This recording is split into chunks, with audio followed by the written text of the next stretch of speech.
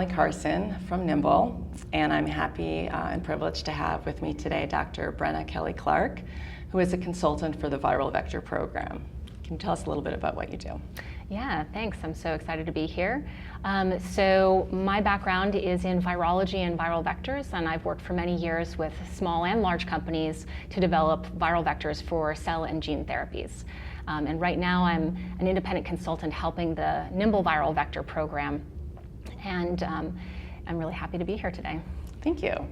So how do the collaborations that NIIMBL is able to facilitate, how do they benefit the work that you're doing with the viral vector community? Yeah, so great question. One of the things that's very unique about NIIMBL is that it brings together members of the scientific community that normally would compete with each other and enables them to freely share information. So for example, small companies, large companies, academic institutions, we would like science to be driven by the free sharing of ideas, but in reality, people usually like to keep their work to themselves. And so in NIIMBL, we can bring everyone to the table in a way that we can share our successes and stories of our failures and what we learned from them, and hopefully move the whole field forward in a way that is not usually possible.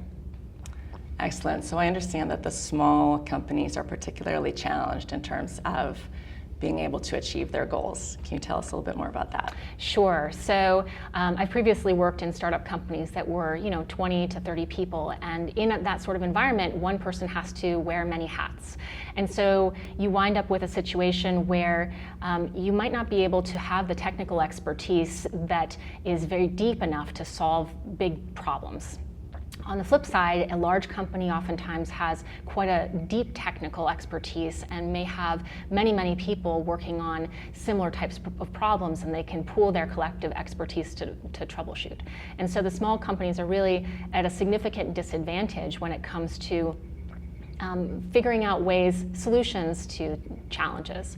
And so one of the great things about the NIIMBL model is that it enables the large companies to share their expertise with the small companies. And those small companies can then effectively jumpstart their development activities by getting the knowledge and learning that they wouldn't otherwise have access to.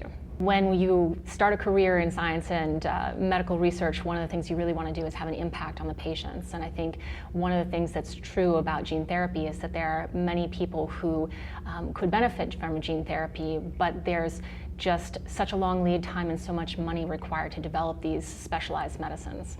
And so one of the things that I'm very proud to help NIIMBL with is the NIIMBL platform for viral vectors, which is the main goal of the Viral Vector Program, is to build an open source manufacturing and testing platform.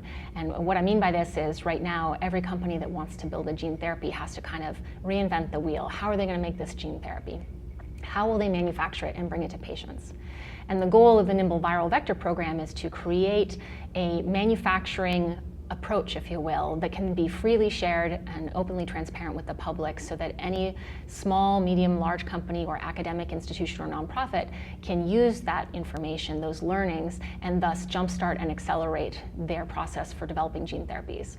And so the vision is really to make gene therapies accessible for all gene therapy patients who might need it. And so that's really what I think we all want, is to bring more medicines to the patients who need them.